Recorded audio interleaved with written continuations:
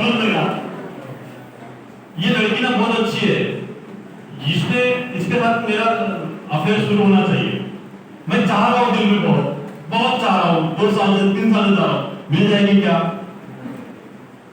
क्योंकि वो मेरे हाथ में नहीं है ना, उसकी भी तो फीलिंग्स है ना,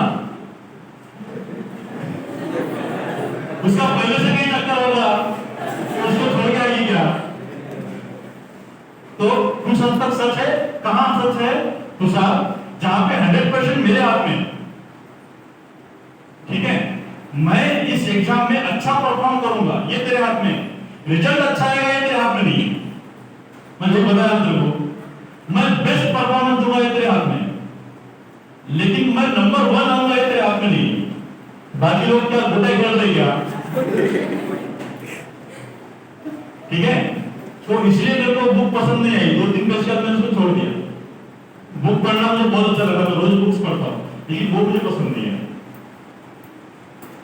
अच्छा प्रश्न था, मजा आया। और बताओ।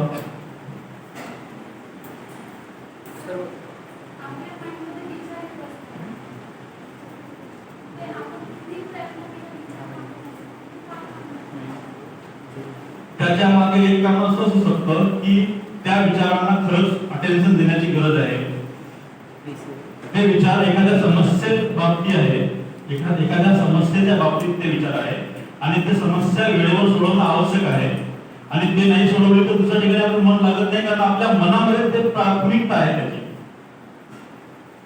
आपल्या मनाने त्याला प्राथमिकता दिलेली आहे की हे इम्पॉर्टंट आहे बरं आपल्या लाईफ मध्ये, आणि हे आपल्याला सोडवणं आवश्यक आहे, म्हणून आपलं मन तिकडं पहिले जाते. माइंड कसं असते की एका वेळेवरती एकाच गोष्टीवरती चांगला फोकस करू शकतो, एकाच वेळेस 10 गोष्टी करणं त्याला जमत नाही, ठीक आहे? तर पहिले तो प्रॉब्लेम सॉल्व्ह करून टाकायचा ना, त्याच्या बाबतीत ते विचार आहे, लवकर त्याला असं करायचं, सॉल्व्ह टाकायचं, ठीक आहे? म्हणजे तो प्रॉब्लेम नाही राहणार. कळला का प्रश्न?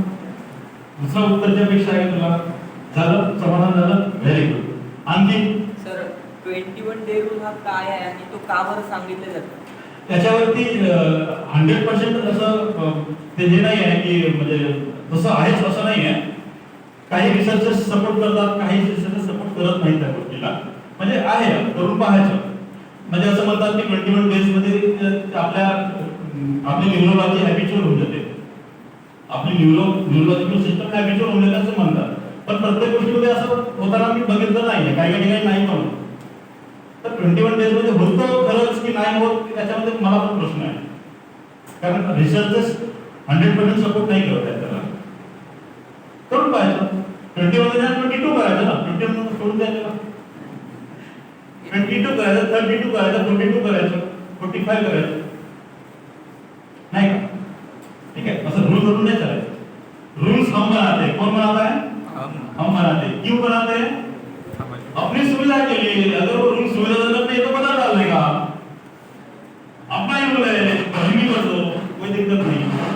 ठीक है, आणखी प्रश्न? अभ्यास करायला गेलं, अभ्यास करत जरी असं म्हणाले तरी केलं की अभ्यास करायचा, बसला अभ्यास करत तरी असतात, तर बाकीच्या गोष्टीकडे पण नाही, एका गोष्टीकडे नाही, असं बारकाव सगळ्या गोष्टीकडे जायला त्याला एकदा नियंत्रित करण्यासाठी काय? तर त्या बाकीच्या गोष्टी आहेत, पण त्याचं निरीक्षण करायचं की ह्या कोणत्या कोणत्या आहेत, त्याच्यामध्ये आत्ता पूर्ण करणाऱ्या काही गोष्टी आहेत का ते बघायचं. आता मी सांगितलं जसं भूक लागली आहे आणि मी अभ्यासात कॉन्सन्ट्रेट करत आहे तर होत नाहीये, कारण भूक आत्ता भागवणं आवश्यक आहे. ठीक आहे, तर पहिले ते भागवून टाकायचं, मग अभ्यासाला बसायचा. ठीक आहे, आणि गर्लफ्रेंडची आठवण येत आहे तुला, ठीक आहे, तर त्याला पोस्टपोन करायचं की पहिले मी हे 1 तास वाचतो आणि मग तिला फोन करतो. तसं नाही. हां, दुसरं अभ्यास म्हणजे विषय करून तरी केलं ना, दुसऱ्या कोणत्या गोष्टी हँडल करतात तेच बघायचं ना. मी तेच म्हणतो ना, जर त्या हँडलिंग करणाऱ्या गोष्टी महत्त्वपूर्ण असतील ना तर त्यांना पहिले हँडल करायचं. जर तातडीनं आत्ता त्यांना सॉल्व्ह करणं आवश्यक आहे आत्ताच करायचं, आणि जर 2 तासानंतर सॉल्व्ह करता येतील तर स्वतःच्या माइंडला सांगायचं की आत्ता हा अभ्यासाचा वेळ आहे, मी करतो, आणि हा विषय 2 तासानंतर मी करतो. आणि नाही तसं नाही, आता काय पहिले त्याला करायचं पण ह्या अभ्यास करायचा, ते होणार नाही हे होणार नाही, नाही तर ते डोक्यात घुसून राहतील दुसरे विचार आणि तो अभ्यास करण्याचा उपयोगच काही होणार नाही. तासंतास अभ्यास करतो तिथून काहीच नाही घुसणार. त्यामुळे पहिले त्या गोष्टी सॉल्व्ह करून टाकायच्या. घरचा मॅटर आहे, फॅमिलीचा मॅटर आहे, आर्थिक तंगी आहे, काय आहे हे पहिले भरून टाकायचं, त्याला मॅनेज करायचं. आणि मॅनेज होत नसेल तर त्याला सांगायचं की नाही होत यार मॅनेज, थांबून जा, अभ्यास करू द्या, असं सांगायचं. पोस्टपोन करायचं. जर काही समस्या अशा असतात, तुझं नाव काय आहे प्रशांत, काही समस्या अशा असतात की ते 1-2 दिवसात सॉल्व्ह होणार नाही, तर खूप लांब चालतात. मग त्यांना पोस्टपोन जाऊ द्या, जेव्हा नोकरी भेटू तेव्हा बघीन त्याला, असं करायचं. आणि बाकीच्या गोष्टी फेसबुकच्या व्हॉट्सअपच्या गोष्टी डोक्यात येत असतील तर मग त्यासाठी तुला दुसरा उपाय करावा लागेल. तसं नाही समजलं? जमलं? थँक्यू. आणखी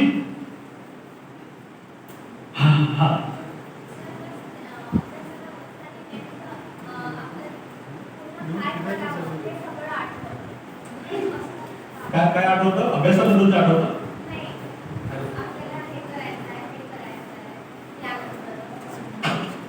हे म्हणजे काय, म्हणजे कॅरियर बद्दल म्हणताय?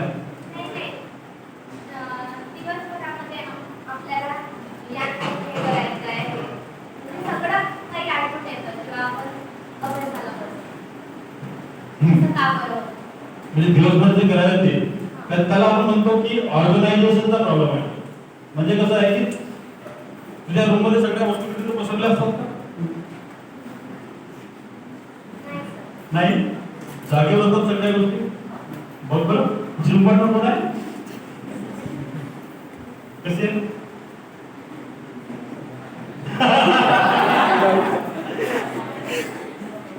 एकच सिद्ध आपण पाहिजे मी, मला समजते बात सिद्ध की नाही. हे बघ, हे ऑर्गनायझेशनचा प्रॉब्लेम आहे. तुझे काम तू अर्धवट सोडते. एक काम हातात घेतलं की ते पूर्ण नाही करत. एक काम घ्यायचं, पूर्ण करायचं, मग दुसऱ्या कामाला हात लावायचं, असं सोडून नाही ठेवायचे काम. त्याच्याने काय होते, आपली जी मेंटल एनर्जी आहे ना त्या कामामध्ये अडकून राहते. ठीक आहे, तर असे अर्धवट कामं जे असतील त्याला पहिले पूर्ण करायचं, अर्धवट कामं नाही सोडायचे. तर तसं होणार नाही प्रॉब्लेम. जर म्हणून तसं सॉल्व्ह समजलं? जमलं? आठवलं सगळं? गुड. आणखी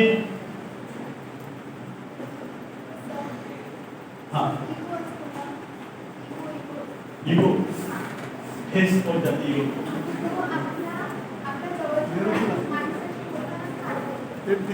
आपल्या जवळच्या माणसांशी बोलताना आळवा येतो.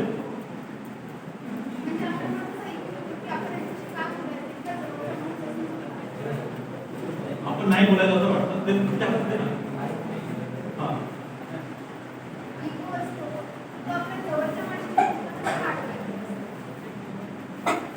आळवा येतो म्हणजे इगोमुळे आपण बोलू शकत नाही किंवा आपण बोलायला टाळतो असं म्हणायचं का तुला?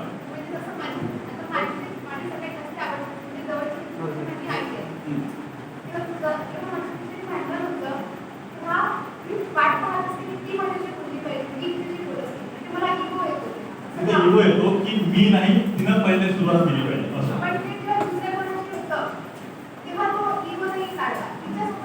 आवडत्या व्यक्तीसोबतच येतो, स्पेशली आई बद्दल. तर तुला काय म्हणायचं? हा झाला प्रॉब्लेम. आता काय करायचं? तुला प्रश्न काय? प्रश्न काय का येतो? तो स्वतः कसा येतो? तुझं नाव काय? आचरण तो स्वतः कसा येतो? इगो म्हणजे आहे काय? इगो म्हणजे काय? आपण एखाद्या गोष्टीला इगो नाव दिलाय. तू ज्या गोष्टीला इगो म्हणत आहे आचरण, तो इगो म्हणजे काय? हट्ट आहे का? हट्ट की मी नाही पहिले तिने बोललो पाहिजे, हा हट्ट आहे ना. म्हणजे हा विचार आहे ना. इगो म्हणा विचार आपण विचार म्हणू, म्हणजे जास्त सोपं होऊन समजायला. तुझ्या मनामध्ये एक विचार आहे की मी नाही पहिले तिने बोललो पाहिजे, हा विचार आहे ना. तर हा विचार तुला हेल्पफुल आहे का? कुठून आणला हा विचार? आपोआप येतो म्हणजे आता आपोआप डोक्यामध्ये आणला म्हणून आता आपोआप आपल्याला आठवतो ना तो विचार. सगळ्यात पहिले केव्हा आणला तो विचार? तो कुठून आणला?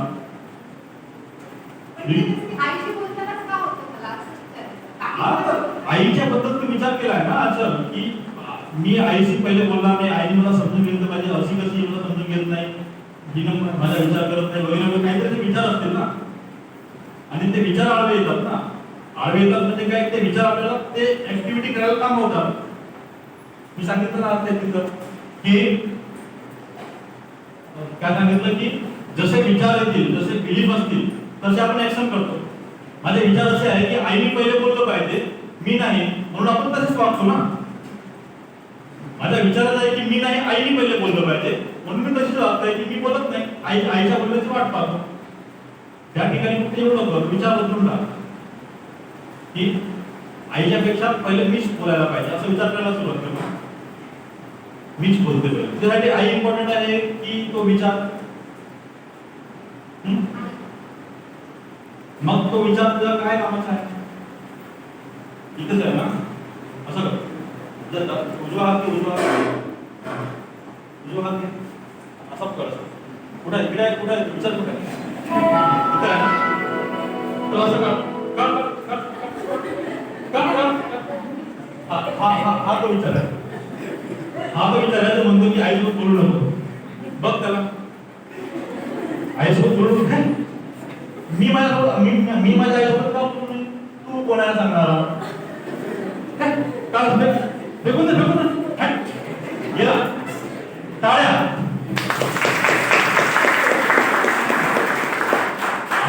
आपलाच विचार आहे यार. जेव्हा गरज असेल तेव्हा तो विचार घ्यायचा, नाही तर नाही घ्यायचा. तो आपल्याला आवडायचा आहे ना, त्याला इगो म्हणतात. इगो विचार आहे फक्त, तो विचार चालवा येतो. त्या विचाराचा फायदा काय सांगतो तो तिकडे बाहेर आहे का, बघ तुझ्या राईट साईडला आहे, बघ ना.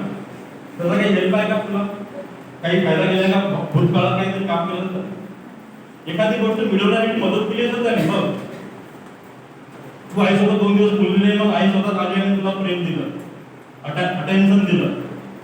हा, आपुलकी जास्त आपुलकी मिळाली त्याच्यामुळे, त्या विचारामुळे. हा कोणाचा विचार आहे, तुझ्या कमी पडतो, हा आपला विचार आहे, पुन्हा आपला विचार आहे. हे असे हा विचार का कुठे हा विचार, हे अनहेल्पफुल विचार आहेत का. चल, हे अनहेल्पफुल विचार आहेत, ते मनात नाही ठेवायचं, आपणच आणलेले आहेत, काढून टाकायचं, असं बाहेर टाकायचं. त्यामुळे जमलं, पुन्हा काही प्रॉब्लेम असेल तर मला पुन्हा सांगा, असं करायचं. आणखी सांगा. हा, पुन्हा मला राग आला की प्रशांत. येस, राग आला की राग आला की बारीक बारीक छोटे छोटे राग आला की मी असं फ्लो करत नाही, दुसऱ्यांना दाखवत नाही, पण आंतर कशी फुटन होती नसं, त्याच्यासाठी काय करायचं. लय त्रास होतो.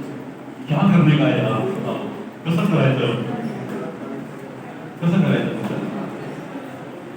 काय करताय. बेस्ट काय आजपर्यंत तू वापरलेली बेस्ट स्ट्रॅटेजी काय आहे. बरं, त्याचा काय फायदा झाला मग. राग आला आता असं झालं की राग आला कंट्रोल करतात, कंट्रोल जास्त त्रास होतो. असं काहीतरी करता येईल बघ की आपल्याला राग येते ना, राग कोणत्या मार्गाने येते, तो राग तो आपण दारात समजून बघ.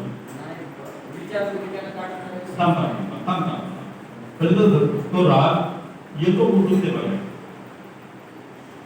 त्याला मार्ग असतोय रागाला यायला. जर तुम्हाला एखादा उदाहरण दिला तर मी तुला अजून चांगल्या प्रकारे एक्सप्लेन करून सांगू शकतो. देतो का उदाहरण की पर्सनली नंतर देतो. हा, म्हणजे कसं असते प्रशांत, आता मी जनरल मध्ये सांगतो की राग ही काय आहे. व्हॉट इज राग. भावना. भावना आहे, भावना आहे. भावना विदाउट बिलीफ आणि विचार येत नाही. त्या भावनेच्या मागे काही ना काही बिलीफ किंवा विचार असतो की मला नेहमी लोकांनी माझं नेहमी ऐकलं पाहिजे. जर असा विचार माझा असेल आणि एखाद्या वेळेस माझा नाही ऐकलं तर मला राग येईल. यांनी माझं काम बिघडवलं असं विचार आलं की राग येईल. रागाच्या मागे काहीतरी कोणीतरी आपल्यासोबत गलत केलं, वाईट केलं किंवा कोणीतरी गडबड केली ही जेव्हा आपल्याला विचार येतो त्यावेळेस राग येतो. तर त्यांनी आपला बिघडवला असा विचार करायला बंद करायचा. नाही करायचं, नाही होत ना, ते का समजलं मला, नाही होत पण ते तुला करावं लागेल, नाही होत पण ते तुला करावं लागेल. जर जर नाही होत असेल तर मला एकदा सेपरेट भेटून जा. असं असं काढतो मी, असं जर निघालं ना, अच्छा निघालं ना, असं असंच काढतो मी. थोडंसं घट्ट धरून ठेवलं त्या विचाराला, तर त्या कामाचा आहे का विचार? लोक माझ्यासोबत नेहमी चांगले वागले पाहिजे, त्याला तू बरोबर मानतो का? काय मानतो? त्यांच्यावर आहे ना, तुला राग पर्सनली सांगतो, ठीक आहे, पर्सनली सांग. प्रशांत पर्सनली सांग, काय प्रॉब्लेम नाही. आणखी प्रश्न विचारा जे पर्सनली नसतील असं विचारा. सर जेव्हा आपण स्माईल करतो हा, तेव्हा हे नस असतात आपले त्यांच्या ब्रेनवर काय स्माईल की म्हणजे आपण डोकं वगैरे दुखत राहिलं तर डोकं रसांचं कनेक्शन मला नाही माहिती, बट असेल. हे रिलॅक्स फीलिंग देते आपल्याला. हे जे काही आहे ना, ते रिलॅक्स, हे टाईट आहे, हे टाईट आहे, म्हणजे कोण जाता केला ते टाईट झालं, हे रिलॅक्स झालं. हे रिलॅक्स झाले तर सगळेच रिलॅक्स झालं ना. स्माईल एक स्टेट ऑफ माइंड पण आहे. स्माईल केल्याबरोबर आपण आपल्यामध्ये रिलॅक्सेशनचं एक धावतं आपल्या शरीराचं कारण. तर हे रिलॅक्स झालं की बाकी श्वास घ्यायला का सांगतो, जांभई घ्यायला का सांगतो? कारण जांभई घेतली की बाकीचे सगळं रिलॅक्स होतं ना. श्वास खोलपर्यंत घेतली, ऑक्सिजन जास्त गेला की आपलं पूर्ण बॉडी रिलॅक्स होतं. त्याच प्रकारे हसण्याने पण रिलॅक्स होते. हे पण एक चांगली कंडिशन. तर जे जे तुम्हाला उपयोगी येतं ते करायचं. आणखी प्रश्न, मला मजा येणार सर प्रश्नाचं उत्तर द्यायचं. तर ते मेन्सचं सायन्सचं एक प्रॉब्लेम स्माईल केल्यावर ते थोडं सांगतो का बरं आपल्याला रिलॅक्स वाटते स्माईल केल्यावर. आता काय सांगितलं मी? एकदा पुन्हा एकदा सांगू? समजलं काय? नाही समजलं. स्माईल केल्याबरोबर आपली मसल्स रिलॅक्स होतात. स्माईल मध्ये काय? स्माईल म्हणजे काय आहे? हे एक ऍक्शन आहे ना. ते मुन्नाभाई एमबीबीएस मध्ये जे बागेमध्ये असं जे हसतात ते स्माईल नाही. ते स्माईल नाही. स्माईल आता आहे जे तोंडावरती आहे ही स्माईल. आणि ही स्माईल केव्हा येते? जेव्हा आपलं मन रिलॅक्स असतं ना. ठीक आहे, मन रिलॅक्स असेल तर स्माईल येते, किंवा स्माईल केलं तर मन रिलॅक्स होऊ शकतो. हे इंटरकनेक्टेड आहे. त्याला आपण सहसंबंध जुळलेला आहे. हे कंडिशनिंग झालेली आहे माइंडची, प्रोग्रामिंग झालेली आहे असं समजून घे. दुसरं हे नसा स्माईल केलं म्हणजे नसा रिलॅक्स झाला ना. नसा रिलॅक्स झाला म्हणजे एक नस दुसऱ्यापासून जुळलेलीच आहे ना सगळी पूर्ण बॉडीमध्ये. पॉझिटिव्ह गोष्ट दुसऱ्या पॉझिटिव्ह गोष्टी ऍक्टिव्हेट करते ना. पूर्ण बॉडीमध्ये पॉझिटिव्हिटी ऍक्टिव्हेट होऊन जाते. सिंपल आहे. तुला अजून काही उत्तर हवा होता का? पण सर रागामध्ये न्यूरोलॉजिकल तुला समजून घ्यायचं का ते? हो. मला न्यूरोलॉजिकल नाही माहिती. बट काही काही हार्मोन्स असतात, काही हार्मोन्स असतात ते रिलीज होतात स्माईल केल्याने. ठीक आहे, आणि ते हार्मोन्स मग इतर गोष्टींना पण आपल्याला रिलॅक्स आणि एक पॉझिटिव्ह फिलिंग देतात. तुला डोपामाइन माहिती आहे का? हो. डोपामाइन, सेरोटोनिन हे सगळे पॉझिटिव्ह हार्मोन्स आहेत, न्यूरोट्रान्समीटर्स आहेत. ते रिलीज होतात. ते रिलीज होतात. अरे वा, आधी मस्त काम केलं बरं असा विचार केल्याबरोबर डोपामाइन रिलीज होते. आणि डोपामाइन रिलीज झालं की आपल्याला आपोआप स्माईल येते. स्माईल आली म्हणजे स्माईल आली म्हणून हे रिलॅक्स झालं असं नाहीये. तर रिलॅक्स झालं म्हणून स्माईल आली. आणि जर हे स्माईल आली तर आपण आपोआप त्या डोपामाइनला ट्रिगर होतो आणि तो पुन्हा रिलीज होतो. तर असं व्हाईस वर्सा पण आहे. आता ठीक आहे. टेन्शन घेतलं तर स्माईल केली तर टेन्शन जातो. हो, करून पहा. टेन्शन नाही. हो, जातो ना, जातो ना. टेन्शनची मेडिसिन आहे ना हसणं. स्माईल. छान. आणखी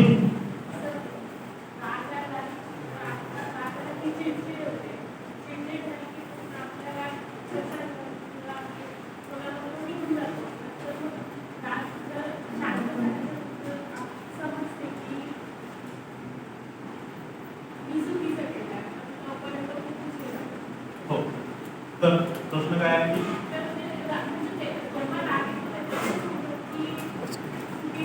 हा प्रशांतचा प्रश्न आहे त्याचा प्रश्न जवळपास सेम आहे. राग येतो तो कोणत्या तरी मार्गाने येतो आणि तो मार्ग म्हणजे आपले बिलीफ्स.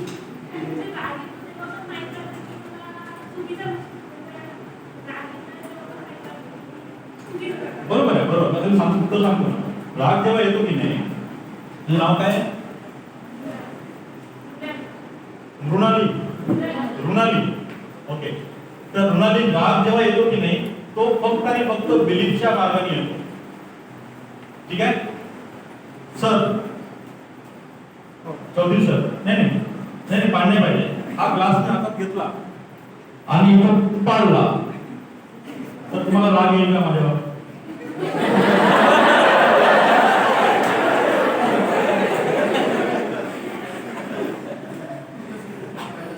काय येईल? कारण तुम्ही समजत नाही का याला? असं कसं हा करू शकतो? नुकसान करून टाकलं. त्या झालेल्या घटनेला जर असे विचार लावले तर काय येईल? राग येईल. अरे रे पडलं, काय हरकत नाही. असा विचार केला तर राग येईल का? विचारच बदलायचे आहे ना बाई, दुसरं काहीच नाही करायचं आहे. प्रशांत नाही बदलायचं, विचार बदलायचं. म्हणजे तो जो राग आला ना म्हणाले तुला, तो एका मार्गाने आला, त्याच्या मागे एक बिलीफ आहे, विचार आहे. हाच क्लास जर एका 6 महिन्याची बाळाने असं खेळता खेळता आता तुम्हाला ढकलून दिला आणि ते पडलं आणि फुटलं तर तसा राग येणार नाही, कारण आपण मानतो की तो 6 महिन्याचा त्याला अक्कल नाही, त्याला समजत नाहीये, चुकून झालं. पण ह्या एवढ्या मोठ्या डेव्हलप झालेल्या व्यक्तीने पाडलं म्हणजे जाणून बुजून केलं, नुकसान केलं, माझं नुकसान केलं, चुकीचं केलं, गलत केलं, हे गलत नाही असं नाही होना चाहिए. या प्रकारचे जे विचार असतात ते राग निर्माण करतात की मेरे साथ अन्याय हुआ है, माझ्यासोबत अन्याय झाला, असं कसं होऊ शकतं, तो असं कसं करू शकतो, हे सगळे विचार आहेत रागामागचे. तर ह्या विचारांना चेंज करायचं म्हणजे राग नाही येणार. पण खरंच कधी कधी तिथं राग येण्याची गरज असते, तिथे येऊ द्यायचं राग. पण बऱ्याच वेळेस 90% रागाची गरज नसते, आपण सवयीमुळे तर राग करायला लागतो. पण राग आपणच करतो. बरं, राग आपोआप येतो असा विचार करणं म्हणजे स्वतःला लिपापोती करणं आहे. राग येत नाही, आपण आणतो त्याला. म्हणजे राग आल्यानंतर आपण कसं वागायचं आपल्याला आहे ना. जरी मी ग्लास पाडला आणि फुटला, सर्वांना राग जरी आला तरी ते पुढच्या 3-4 सेकंदामध्ये ते स्वतःला शांत करतील. जाऊ दे, पाहुणे म्हणजे त्यांनी काय केलं, विचार बदलले ना. विचार बदलले की राग आपोआप कमी होतो. त्याच्यावर फोकस करायचा. त्यावेळेस माझ्याकडे काय विचार सुरू आहे ते बघायचं आणि त्याला हळूहळू त्याच्यातलं जे रागिष्ट शब्द आहेत ते चेंज करायचे. असं कसं हे चेंज करायचं, झालं असं कसं करायचं. आखिर तरी हिम्मत कैसे होईल असं असेल तर झाली हिम्मत असा विचार करायचा.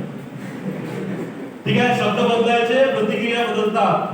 शब्द बदलायचे, प्रतिक्रिया बदलतात. हा त्याचा फॉर्म्युला आहे. प्रत्येक व्यक्ती, शेवटचं सांगतो, अजून प्रश्न आहेत का? हा सांग. भूक लागली का? अक्षता बाकी आहे, सांगा. सर आपण आनंदी, स्वतःला आनंदी ठेवण्यासाठी काय करतो? हा तेच सांगतो, तेच सांगताना सांगतो. ठीक आहे.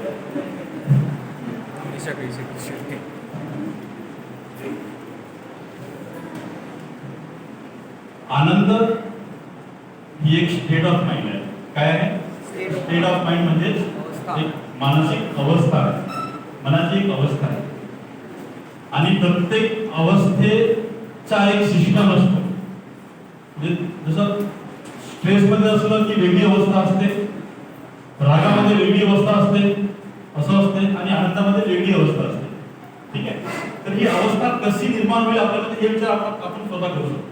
ठीक आहे. याच्यामध्ये अडथळे निर्माण करणाऱ्या गोष्टी काय आहेत की मनामध्ये एखाद्या व्यक्तीबद्दल, एखाद्या घटनेबद्दल किंवा परिस्थितीबद्दलच वाईट भावना असेल तर, समजा भूतकाळात जर कोणतरी वाईट वागलं असेल आणि जेव्हा जेव्हा त्याचा चेहरा आठवतो तेव्हा तेव्हा राग पुन्हा येतो.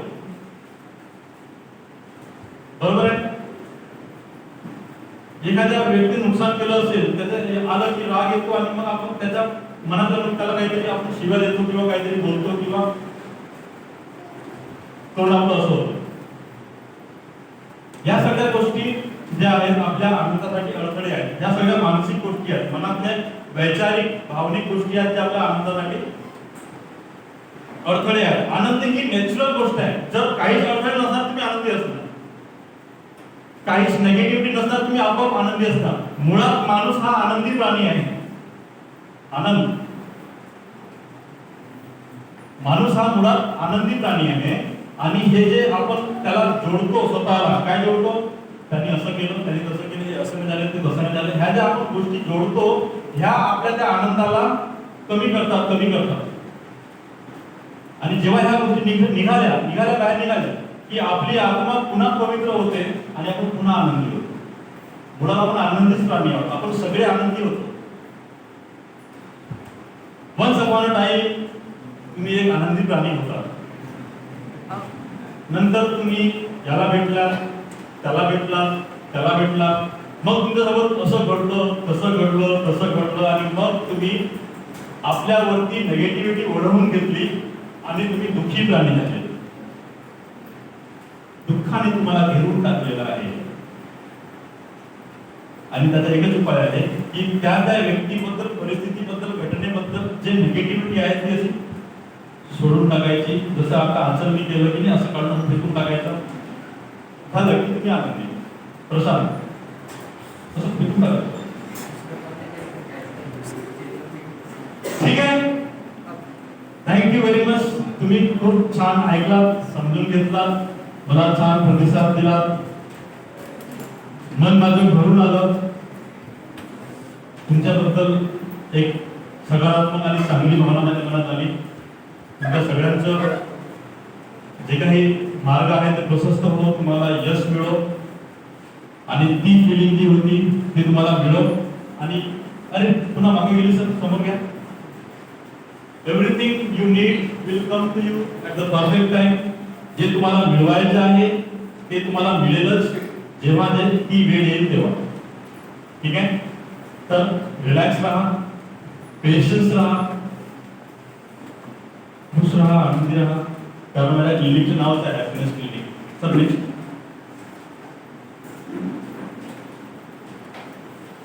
Happiness clinic. Thank you very much.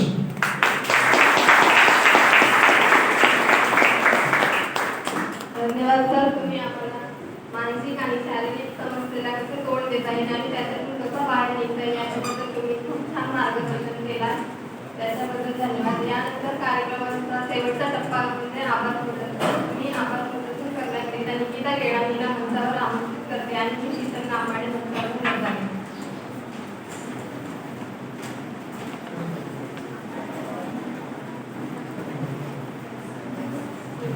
राजमाता जिजाऊ बहुउद्देशीय शिक्षण प्रसारक मंडळ मोरवा द्वारा संचालित छत्रपती राजे संभाजी प्रशासकीय सेवा महाविद्यालय मोरवा येथे आज दिनांक 21/3/2021 रोज रविवारला सेमिनार विभाग व राष्ट्रीय सेवा आयोजन द्वारा मानसिक ताणतणाव नियोजन व परीक्षेतील वेळेचे नियोजन कार्यशाळा या सेमिनारचे आयोजन केलेले होते.